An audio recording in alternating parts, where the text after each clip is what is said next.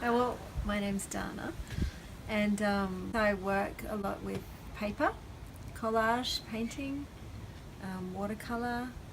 Originally, I was doing a lot more watercolor work actually in the very beginning, and working with acrylics and a lot of water and layering. And then when I had the kids, I had much less time, so I started to develop working with paper on canvas because I could come back to it, leave it and come back to it as I was attending to crying babies or doing what I needed to do with the kids. So then it kind of developed from there, where I started to work more with canvas work, using imagery that I found that I liked, different types of paper, Japanese paper, ripping up images that I found and layering them, and yeah, doing that kind of thing. Before I had the kids, I probably didn't even appreciate how much time that I had, and I probably didn't work almost as much because it was it was harder to get this sort of routine going. And since I had kids, I had such little time. Time was so precious, and I had this need more than ever to express something beautiful and feminine and mine that wasn't to do with what I was doing in my house and the family and all of that. And it was a great way that when I was tired, to come in and work in the studio gave me a lot more energy because I was creating something. And it started from there, where I would come more and more, and just I felt like a different energy too. I had this mothering, feminine energy flowing through me that wanted to be expressed in a different way. So it really evolved out of that. And I think I was never as good at managing time perhaps for my creativity, and I had a lot more time at home because I was with babies and kids, and I wasn't rushing out working like I used to, so I had more time to probably develop my creativity in a different way. And my previous studio was had a lot more light, windows and light. And then when we moved here, I thought, I'm never gonna like this. I'm gonna be so miserable. I'm making a studio in my garage. But actually, it's not true at all. It just developed into something completely different. And I set up a table that's adjoining my space, and the kids are allowed there to paint and draw because they want to when I'm in here, but they're definitely not allowed in my zone, and they know that's my space. They wander in to see what I'm doing. You can't police these things too strongly, but they have their space and my space.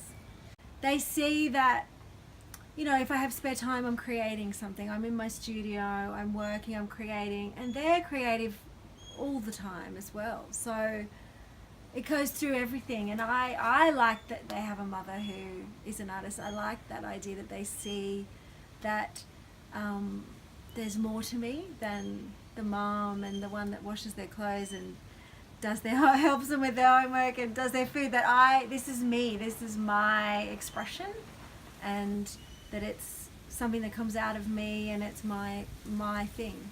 So yeah, they identify me with that creative process. Well, I was at a point where I hadn't sold any of my artwork. I don't think at that point really at all. It was still something that and it still is obviously coming out of me, but I had a studio full of artwork, and I needed to bring some money into the house, and I'd come to that understanding on my journey that this is how I wanted to do it. I didn't want to separate myself, that my art and my creativity is just this little hobby that I do in the garage, but then I have to go out and do something in the world that perhaps I don't like and makes me really unhappy, and bring some money into the family. I didn't want my kids to see that either. I want to be that person that could perhaps bring some money into my family by doing something that I really love to do. And I didn't have any practical means to know how to do that. So I was really probably not very good at time management. I didn't really understand about how to bring discipline and rhythm and routine more into making this a bigger part of my life. So that all changed after I did that, actually, that workshop. It was that understanding of discipline and routine in a day, because if I created a routine in a day and a routine in a week, I could get more out of my process, rather than shoving a bit of artwork in when all the other things were done. Then you never have the time to do it. So it became as important to me as cooking dinner for the kids or washing their clothes. This became as important as that, and learning those practical skills of how so many practical things actually from that workshop. It helped me understand a lot of my own personal blocks of why I was, what was stopping me from being able to sell my work, and for my personal journey of feeling like going through, am I good enough? Oh no, I'm not good enough to go, or that's not my skill to go and sell my work. Someone else should do that. But then it was just a great thing to take responsibility across the board, that this is me, this is my process. If I want to sell my jewelry, I need to go out, or sell my artwork, I need to go out and do it. So I just got rid of a lot of fears and being practical, pricing my work, looking at it, making a little card of who I am, what's in there. All those little steps along the way meant that when I turned up and said, this is who I am, this is what I do, it gave me courage to do that. And then I had jewelry in the shop that I was selling. I started putting my artworks in another place to sell, and just slowly I did the best that I could with my time and my ability. And as my children get older, I have more space to do that, so more things are arising, more ideas of how to sell my work, basically. Oh look, you have to battle that idea of, well, I haven't got 52 art degrees, and I haven't been to college and uni, and I've just made this all up as I've gone along. And in the beginning I used to feel like, people who have their art out in the world, who sell it, they must have done all of that, where I just really comfortable with myself and with the feedback people give me, and I don't need to be a famous artist. I just love the idea of spreading out my art, making some money for myself on it, and it's slowly coming more and more that I have more confidence to expose myself as an artist, exposing what I do, and this is how it is, and it evolves, it changes as time goes on. It's changing a lot. What's coming out, the art's changing, the medium changes a bit, the process doesn't stop. And as I get more discipline and more routine in my day and my life, and my art comes all through as a more an easier way, it feels easier to put myself out there than it did before. If you want to be over here and you're here, what's standing in the way? And I can think for everybody it can be a bit different, but I think we're our own worst enemies, and we have this idea sometimes, we sabotage our own self through, whether it's just being practical, pricing your work, or have been brave enough to go into a shop and saying, this is what I do, or doing the workshop where those perhaps simple practical things that you don't know how to do, so you're not doing them, rather than learning them yourself. Because when you're an artist and you live like I do, you're not going to have a team turn up and just do all those things for you. It doesn't work like that. Like when you're just starting out and you're trying to make your artwork into a small business for yourself, you have to be across all of that on your own, really. And maybe you can ask for help, but you have to be brave, I think. Well, I understand that because I used to think like that too, but all that did was keep me.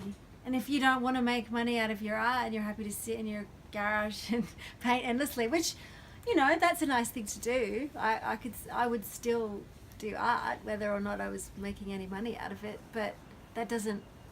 I wanted it to be to help with me with my life. I don't want to make money really any other way. This is how I would love to make money, to share my creativity.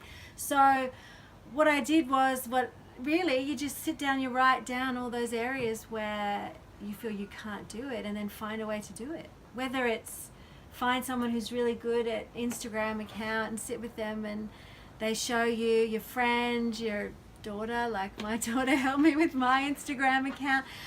There's always a way, and I think we always can find a reason to not do something because we're not good at it, and maybe we're not awesome at that part of our business, and maybe when you're selling enough work someone can come in and help you. But I think in the beginning you just need to find a way through and give it your best shot, because that's part of being a beginning artist. Really, it's not everyone in the world doesn't want to make money from being creative, and it's not an easy thing to do, but it can be, I think, easier than we think. That thing that you have as an artist where you say, well, I'm not good at selling my work, I'm not good at going out there and being the one to see if people want to sell my work, go to the shop, put your work, someone else should do that. But in the end, there is no one else really except for you, and it's your work. So the best person to sell your work probably anyway is you, because it's your passion, it's your love, it's your joy. So you're there going, this is my work, this is what I do, would you like to put it in your shop? It comes across anyway as a very more authentic and real than, paying somebody to do it, I suppose. Cheesy as it sounds, but you just keep going with what your heart wants. Don't try too hard to be something you think other people want. And I think you have to, if you can just stay authentic in your own self, that just shines through when you're an artist, and people can feel that you're expressing something that's coming from you, not because, I think, that person wants to sell blue paintings, so I'll do my paintings blue. You just do what comes out of your heart, and that authentic process keeps you really happy, and it shows to the world that you're doing something really authentic for you. Don't be afraid of being practical, Don't be afraid of bringing a little bit of discipline into your world, because it helps you with those practical things. It's okay to be an artist, but to know, what price you want for your work, how to do a business card, how to set up an Instagram account. It's okay to be practical too. Momentum, it goes up and it goes down, and you have to be okay, especially when you're busy and you're a mum and you've got lots going on. You just have to be okay with wherever you are at the moment, whether you're in the studio all the time because you've got space, whether you're in there for 5 minutes because that's all you have, but you can't give yourself a hard time, because that's the cycle. You go down, you get depressed. You just be happy with what you can do and where you're at, and that's all you can do. I don't know, you know what your gifts are, I think, too. We all have different gifts. Some of us are better with people than others, I suppose, but for me, I guess I've known that, I'm easy. People find me easygoing, and I can talk to anybody about anything, and so I really acknowledged it about myself, and I used it when I wanted to go out and speak to people about my work, because it's scary. It was a very scary thing for me to walk out and go, this is what I make, would you like to sell it for me, or can I put it in your shop? And then I just went, well, it's okay if I hear no, but if I don't try, then I'll never know, and it'll still be sitting in my studio getting dusty. Or it could be in someone's shop and someone could really love it, and buy it. So unless I go out there and show people what I have, I'll never know. I hope you're going to edit all this. Maybe. Might like it like this.